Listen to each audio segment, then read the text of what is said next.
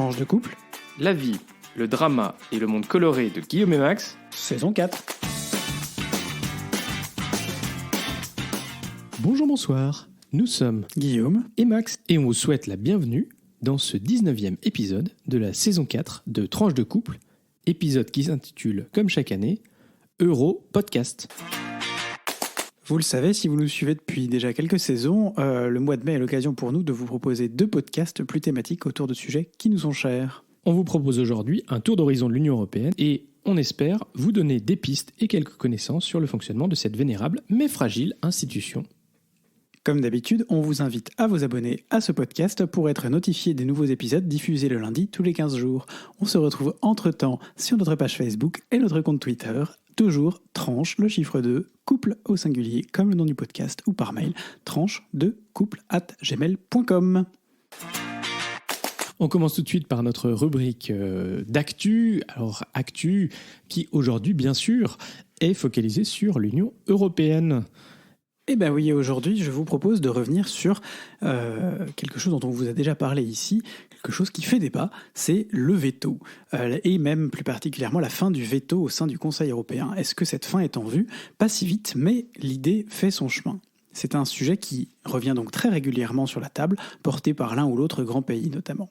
Mais d'ailleurs, plutôt que de parler de veto, Max me l'a bien reprécisé ce matin, il vaut mieux parler de vote à l'unanimité versus vote à la majorité qualifiée.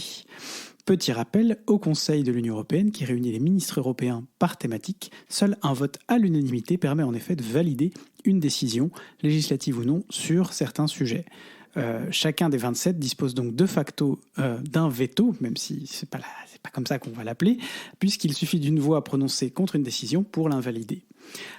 Cette règle s'appliquait à tous les votes du Conseil à l'époque de la CEE, la Communauté économique européenne. Elle a peu à peu été remplacée par le vote à la majorité qualifiée dans la plupart des domaines, 85 domaines aujourd'hui, de l'agriculture au transport en passant par le numérique par exemple.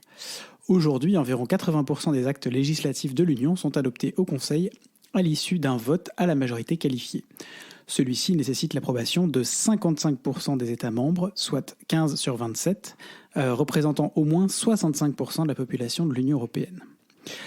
L'unanimité subsiste aujourd'hui dans certaines décisions en matière notamment sociale, budgétaire, fiscale, affaires intérieures, citoyenneté et pour toute révision des traités européens, mais également, et c'est là que ça va nous intéresser aujourd'hui, sur les questions de politique étrangère, qui est un domaine sensible, qui rentre dans les domaines dits régaliens et qui sont ces domaines l'apanage des États et une chasse jalousement gardée. On l'a vu notamment sur l'adoption, on y reviendra l'an dernier, de mesures qu'on aurait voulu rapides de sanctions contre la Russie et ou d'aide militaire ou financière à l'Ukraine, certains pays, enfin surtout un certain pays, ont rechigné à valider ces mesures puisque leur propre intérêt n'est manifestement pas dans une Union européenne puissante, sauf quand il s'agit d'en récupérer les fonds, mais plutôt de garder de bonnes relations avec le grand voisin russe.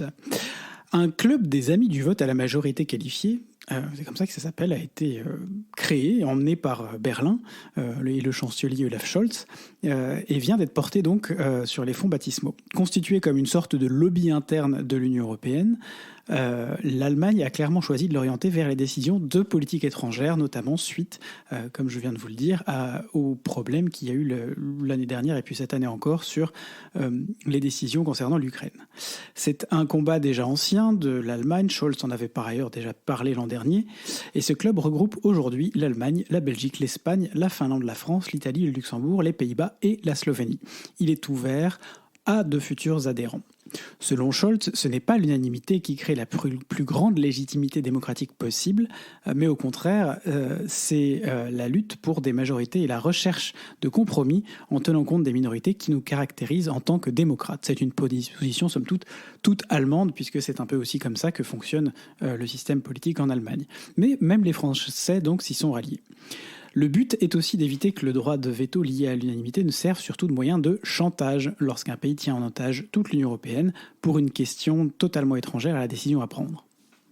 La Hongrie, la Pologne ou Chypre sur la Turquie ont excellé dans ce genre de sport ces dernières années, offrant une image désastreuse pour l'Europe géopolitique et le pouvoir de l'Union européenne sur la scène internationale. Autant dire que ce sera un processus très très long, comme vous l'avez vu dans les noms des pays que j'ai énoncés tout à l'heure. Ce sont essentiellement des grands pays, essentiellement des anciens pays de l'Union européenne.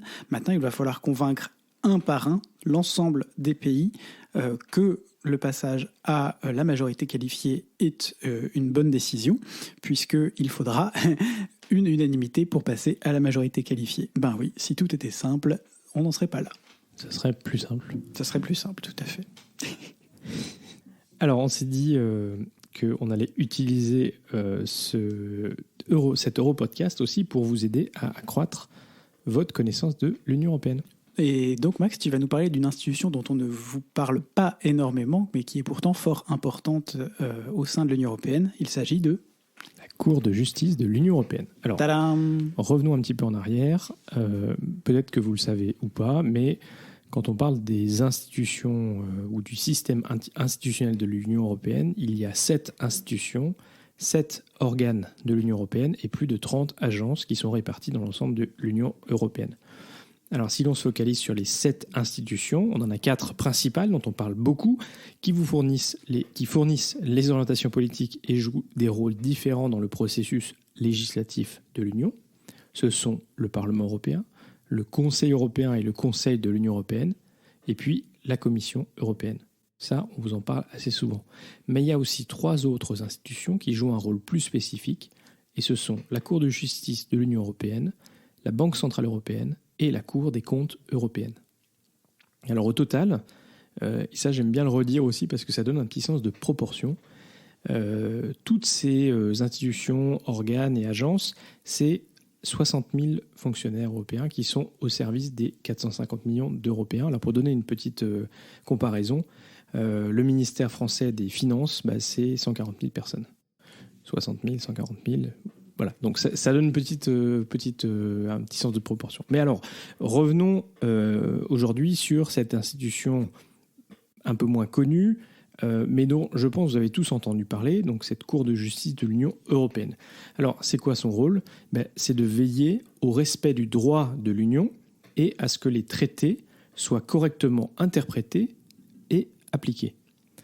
La Cour veille aussi à ce que les pays de l'Union européenne respectent les obligations qui leur incombent en vertu des traités et interprètent le droit à la demande des juridictions nationales. Alors, c'est un rôle essentiel parce que l'Union européenne, comme construction supranationale, elle est avant tout bâtie sur un cadre légal fondé par les traités, établissant ce qui relève d'une compétence qui a été transférée, déléguée à l'Union européenne, d'une compétence partagée ou d'une compétence purement nationale. Alors la Cour de justice a été créée en 1952 et elle siège à... Luxembourg. Exactement. La petite ville calme et tranquille de Luxembourg. On y reviendra un peu plus tard dans le podcast. Alors la Cour de justice est composée de 27 juges, le même nombre que le nombre d'États membres. Oh ben ça alors. Et de 11 avocats généraux. Les juges et avocats généraux sont désignés d'un accord commun par les gouvernements des États membres après consultation d'un comité chargé de donner un avis sur l'adéquation des candidatures proposées à l'exercice des fonctions en cause. Ils ont un mandat de 6 ans renouvelable. Ils sont choisis parmi des personnalités offrant toutes les garanties d'indépendance et qui réunissent les conditions requises pour l'exercice dans leurs pays respectifs des plus hautes fonctions juridictionnelles ou qui possèdent des compétences qui sont adaptées au poste. La Cour peut siéger en assemblée plénière, c'est-à-dire avec tous les juges, en grande chambre, avec 15 juges, ou en chambre à 5 ou 3 juges.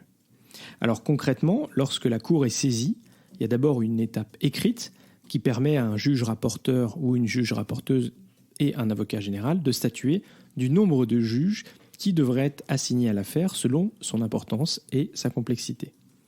Et elle détermine si une audience doit avoir lieu. Donc la deuxième étape, elle est en effet orale à travers une audience publique où les avocats des parties exposent leurs arguments et où l'avocat général peut rendre des conclusions. Et à l'issue, les juges délibèrent et rendent des conclusions. Alors les décisions de la Cour de justice constituent ce qu'on appelle une jurisprudence, c'est-à-dire qu'elles constituent une base sur laquelle on construit progressivement l'interprétation du droit de l'Union. Par exemple, la Cour a clarifié que les administrations nationales et les juges nationaux doivent appliquer pleinement le droit de l'Union européenne dans leur sphère de compétences, parce que le droit de l'Union, il s'applique directement aux citoyens européens. la jurisprudence établit aussi la primauté du droit de l'Union sur le droit national. Donc s'il y a une incompatibilité entre les deux, c'est le droit de l'Union qui l'emporte. Prévaut.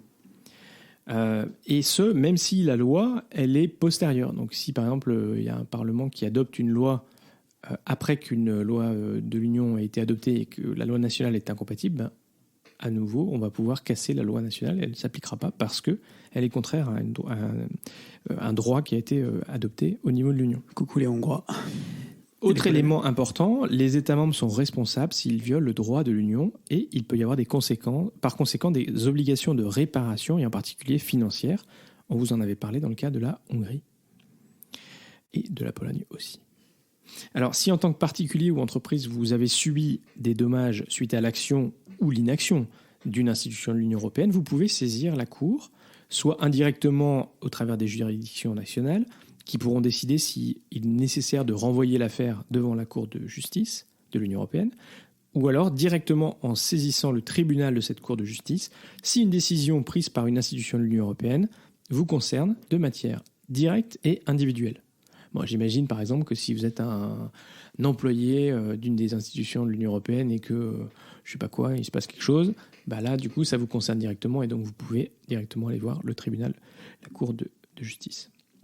Voilà. Bah, on espère que tout ça vous aura donné une meilleure connaissance de ce que c'est que la Cour de justice de l'Union européenne, pourquoi c'est un organe absolument fondamental, une institution fondamentale, et voilà, que quand vous entendrez à la radio qu'il y a eu une décision de la Cour de justice de l'Union européenne, bah, vous saurez que ça se réfère à l'application des traités et du droit de l'Union européenne. Et elle a été prise dans la ville calme et tranquille de Luxembourg. Oui, Luxembourg. Tu nous fais une petite... Luxembourg, chou.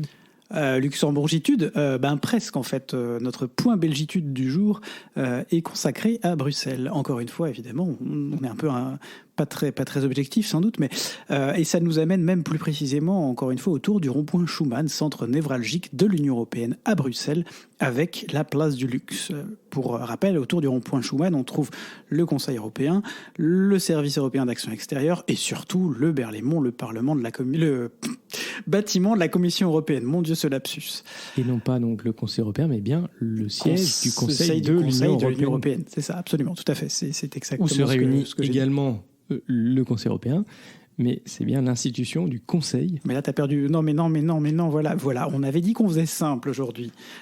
Bon, on essaye quand même de faire simple sur l'Union européenne. Mais enfin bref, revenons à notre rond-point, qui aurait d'ailleurs bien pu ne jamais exister à Bruxelles, mais bien à Liège ou à Nice. Comment ça ? Ben oui, lors de la création de la CECA, la Communauté européenne du charbon et de l'acier, l'ancêtre de l'Union européenne, Jean Monnet, son fondateur, alors à la tête de l'institution, propose d'installer son siège à Nice. Sans doute pour la santé et pour le climat, mais pas tellement logique d'un point de vue géographique, puisque les grandes régions du charbon et de l'acier à l'époque étaient l'Alsace, la Lorraine, la Ruhr en Allemagne, une partie du Luxembourg et une petite partie de la Belgique. Donc effectivement, mettre un siège à 1000 km du centre névralgique où se passent réellement les choses, ça n'a pas un sens très grand. C'est bon pour le trafic aérien. C'était excellent pour le trafic aérien, c'était pas forcément un problème à l'époque.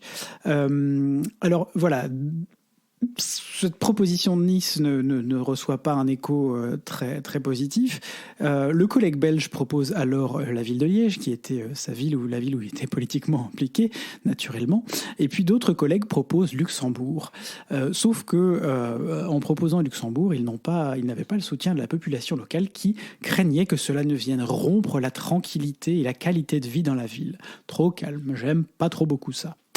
Mais finalement, la ville de Luxembourg finit par céder et par accueillir le siège de la CECA, avant qu'un traité ne fusionne Euratom, la Communauté économique européenne et la CECA en 1967, et que le siège ne déménage à Bruxelles, le siège de la CECA, puisque Bruxelles accueillait déjà les sièges d'Euratom et de la CEE. Installé officiellement provisoirement au 40 rue de la Loi pendant des années, donc le papier en tête, notamment pour la petite anecdote de la Commission européenne, a mentionné une adresse temporaire pendant quasiment 20 ou 30 ans. C'est une histoire tout à fait belge finalement. C'est le traité de Nice qui nous permet de boucler cette boucle et qui installe définitivement la Commission européenne à Bruxelles en 2001. Enfin, 20 ou 30 ans... Plutôt 60 ans, quoi. 1967-2001. 40 ans. 67-2001, 44 ans. 44 ans. Et voilà, une adresse provisoire de 44 ans. Mais voilà, C'était provisoire. C'est une Du coup, adresse peut-être qu'ils ne provisoire. payaient pas d'impôts. J'ai pas les infos. Je vous laisserai faire vos propres recherches, comme on dit aujourd'hui. Écoute, merci pour cette petite trace d'histoire. Et on passe tout de suite à notre rubrique Vie de couple. Et quand on parle d'Europe, on parle du mois de mai, on parle de l'Eurovision. Tadada, c'était hier soir. Qu'est-ce qu'on s'est marré. Ce rassemblement, cette montagne de paillettes et kitsch, tout réuni en même temps dans un seul endroit. Cette grand-messe de la communauté gay aussi, on ne va pas se mentir. Pas que. On connaît des hétéros qui s'amusent beaucoup devant l'Eurovision aussi, mais de fait. Mais qui parfois mélange un drapeau de la paix avec un drapeau LGBT. Écoute, bon, chacun verra midi sa porte. Alors, édition de l'Eurovision qui aurait dû avoir lieu en Ukraine, puisque c'est l'Ukraine qui avait gagné l'année dernière, et donc c'est toujours le pays qui a gagné l'année précédente qui organise l'édition suivante. Cependant, compte tenu des quelques remous qui ont lieu en ce moment en Ukraine, c'était un peu compliqué de garantir une organisation correcte pour d'une édition en Ukraine. Quand Guillaume dit les remous, il parle bien de la guerre provoquée par l'invasion de la Russie par Vladimir Poutine. Voilà, en Ukraine. Alors, on a passé une très bonne soirée hier soir pour revenir à notre sujet chez les amis. À regarder en vidéoprojecteur l'Eurovision en grand écran, c'est quand même assez classe quand même. Et alors, faire des petits commentaires. Du pied, là. Parce que notre écran est trop petit, il est une bonne taille raisonnable quand même. Même pas, j'ai rien dit en plus. Bon, après, pourquoi pas, mais on ne l'exclut pas à moyen terme, mais pour l'instant, je vois pas le problème, c'est qu'ils n'ont pas inventé encore le comment on appelle ça, le projecteur sans fil. C'est-à-dire que le projecteur, tu le mets forcément au bout de ton salon et tu as ta connexion avec le reste de tes appareils. Oui, mais je te rappelle que ton cher et tendre a installé une gaine électrique qui permet de faire passer des fils d'un côté du salon à l'autre pour permettre d'installer le home cinéma. Donc ce n'est pas une excuse. Voilà. Comme ça, vous savez que j'ai aussi des petits talents de bricolage. Voilà, si jamais vous cherchez, j'ai des tarifs compétitifs pour le bricolage. Ah, mais on m'avait pas dit. On m'avait pas dit. Mais pas pour toi. Toi, c'est tarif double, toi. Magnifique. Vous voyez comme quoi la vie de couple, l'amour, c'est vraiment. On sent qu'on a vraiment tout nous est offert. Bon, et donc finalement, Max, ton top 3 de cette Eurovision, c'était quoi ? Moi, c'était très simple. Vraiment, voilà. Donc, c'était Chypre, l'Italie. Vas-y. Ah non, je vais pas dire le Suisse, parce que franchement, moi, je vais pas être sûr qu'il fait le Suisse. Alors, je vous laisse deviner quel est sur quel critère très objectif se base le top 3 de Max. On a le droit d'être un peu cliché, quoi, que ce ne sont absolument pas des critères musicaux. J'étais pas mauvais, le chypriote et l'italien. L'italien, oui. Mais leur plastique n'était pas mauvaise non plus. Oui, c'est ça, oui. Oui. Absolument. Non, mais voilà, bien noté. Donc, Chypre, l'Italie et la Croatie. Moi, je mettrais la Croatie. Je vais quand même mettre la France en premier parce que, quand même, voilà, il y a un moment donné, c'était l'Eurovision, c'est la France. C'était pas la présentation du siècle, mais non, mais alors, j'ai rien compris. Mes amis belges, je suis vraiment désolé. Vous qui nous écoutez, je sais qu'en Belgique, il y a eu un engouement monstrueux autour de votre candidat, mais j'ai vraiment pas compris hier soir. Pourtant, j'ai fait des efforts.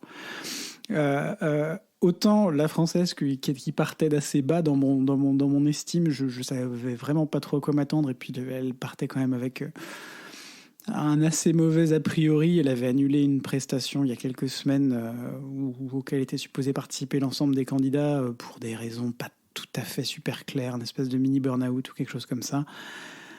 Ok, donc tact, mais du coup on savait pas trop à quoi s'attendre pour elle, et non, mais finalement c'était pas si mal. Donc la France en premier, la Croatie en deuxième. Donc je sais pas si vous avez vu la Croatie. Alors évidemment c'est pas pour des raisons artistiques, là on est vraiment sur du what the fuck, mais c'est typiquement l'Eurovision, c'est-à-dire que les Croates nous ont pondu une chanson qui complètement délirante au sujet. C'était quoi? C'était un peu une chanson anti-Vladimir Poutine, quoi. Ah bah c'était complètement une chanson anti-Vladimir Poutine. Sur la scène de l'Eurovision, vous savez, une scène neutre, tout ça, pas trop politisé, tout ça. Ouais, enfin tout est politique dans l'Eurovision. Tout est politique. gay D'ailleurs, et tout est politique. Pas que politique. Hein. Je vous encourage à regarder cet intermédiaire, ce moment où une des présentatrices commence à parler avec derrière elle une membre de je sais plus quel groupe qui balbeure, qui balbeure derrière. Je vous laisse. Oui, pardon. Tout est politique et tout est sexuel. À l'Eurovision. Oui, c'est un peu surprenant, mais ça a l'air ça. Portugal, je crois. Une personne en costume traditionnel. Ben voilà. Mais bon, l'Eurovision, ça reste quand même un moment assez drôle.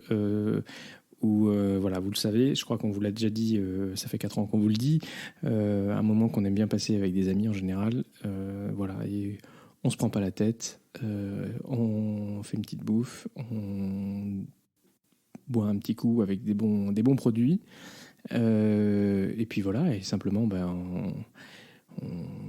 on se marre bien. Et oui, puis en général, Guillaume fait un live tweet sur Twitter. Ou alors je fais un tweet par passage, faut pas déconner non plus. Hein.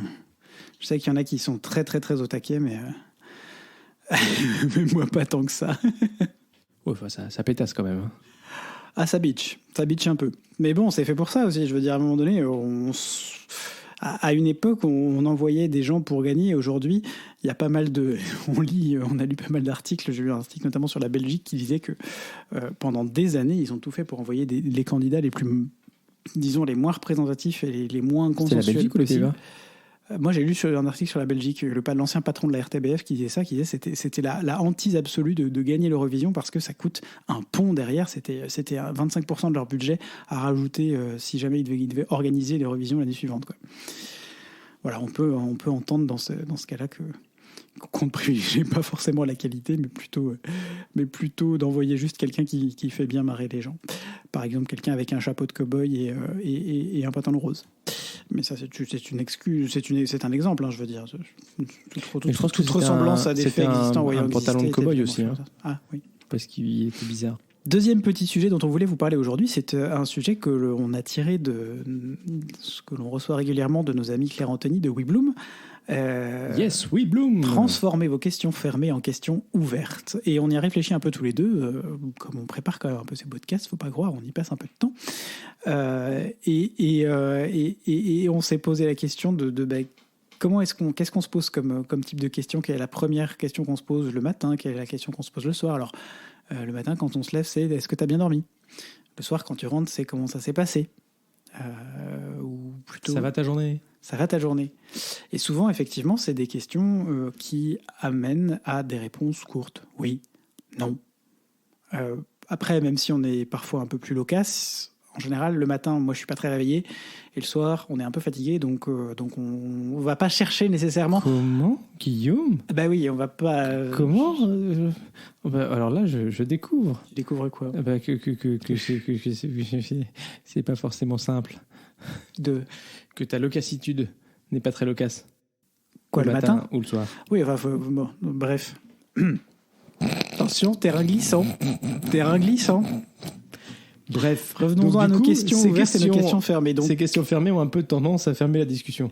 Oui, c'est ça. Et comme on vous l'a déjà dit et redit, chez nous, on pense que la communication est essentielle.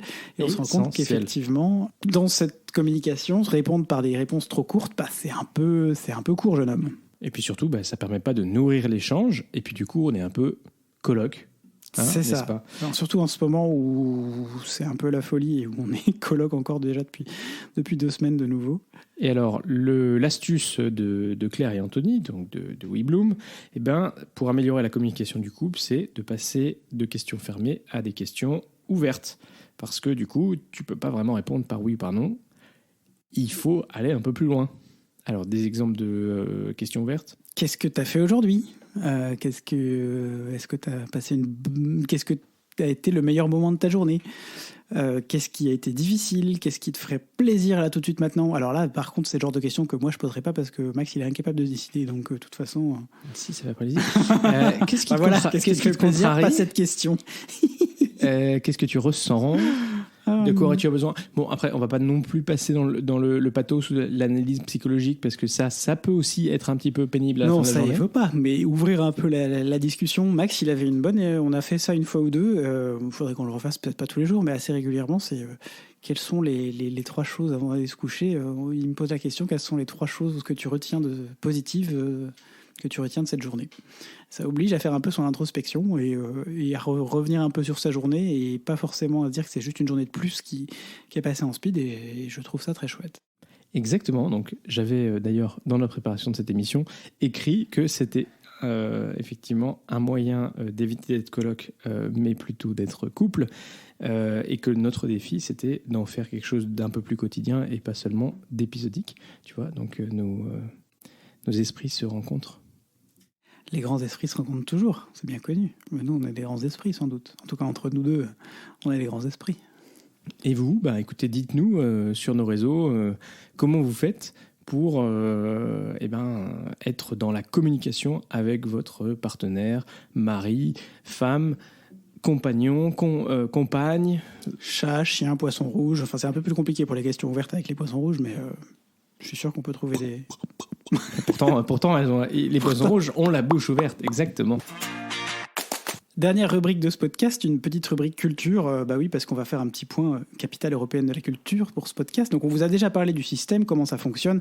Je crois que c'était l'année dernière. Exactement, pour notre culture, pour notre Europodcast. Europodcast de 2022. Dernière rubrique. Dans ce podcast consacré en grande partie à la dimension européenne de notre monde, on va revenir cette fois-ci sur 4 villes, sur les capitales européennes de la culture. Pourquoi ? Parce que en 2028, aux côtés d'une ville tchèque, une autre ville française sera de nouveau capitale européenne de la culture. Alors, 4 villes françaises ont déjà reçu ce titre.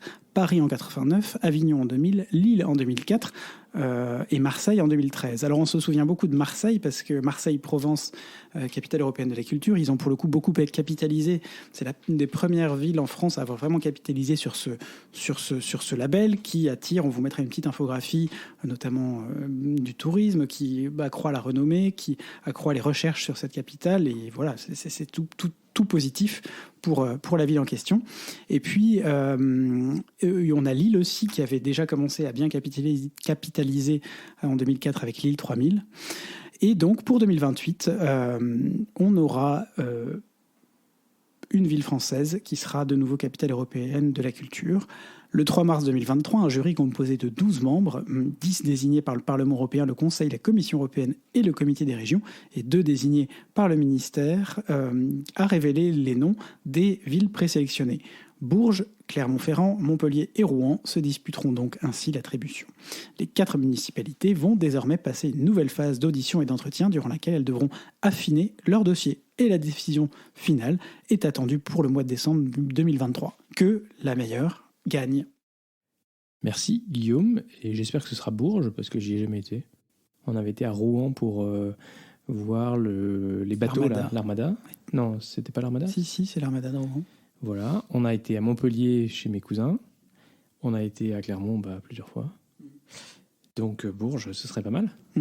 Surtout, je sais pas ce qu'il y a comme culture à Bourges. Mais à Bourges, il y a pas mal de choses. Il y a le festival du printemps de Bourges, il y a un festival de la bande dessinée. Ça bouge à Bourges. Il faut pas croire, mais c'est vrai que c'est pas forcément une ville qui est sur toutes les cartes. Justement, ça peut être l'occasion de mettre une ville de mettre cette ville sur la carte de l'Europe. Eh ben génial. Écoute, on se dit qu'on ira visiter la capitale française. Et pourquoi pas tchèque, de la culture, européenne de la culture en 2028. Absolument. Parfait. Et voilà, c'est déjà la fin de ce 19e épisode de notre saison 4. Si vous êtes arrivé au bout, bravo. Merci. On est très heureux de vous compter parmi nos auditeurs. Et si ce podcast vous plaît, faites-le découvrir autour de vous. Et n'hésitez pas à mettre une note ou un commentaire sur Apple Podcast, Spotify ou votre logiciel de podcast préféré. Ça nous aidera à faire connaître ce podcast et puis à peut-être faire découvrir pour ceux qui sont à se balader et cherchent un nouveau podcast à écouter. Vous pouvez aussi nous mettre un like sur YouTube ou Twitter et un pouce bleu sur Facebook. Et surtout, le mieux, c'est encore de partager. Ce podcast est diffusé le lundi tous les 15 jours, alors portez-vous bien d'ici au prochain épisode. On vous embrasse fort et à très bientôt pour de nouvelles tranches colorées.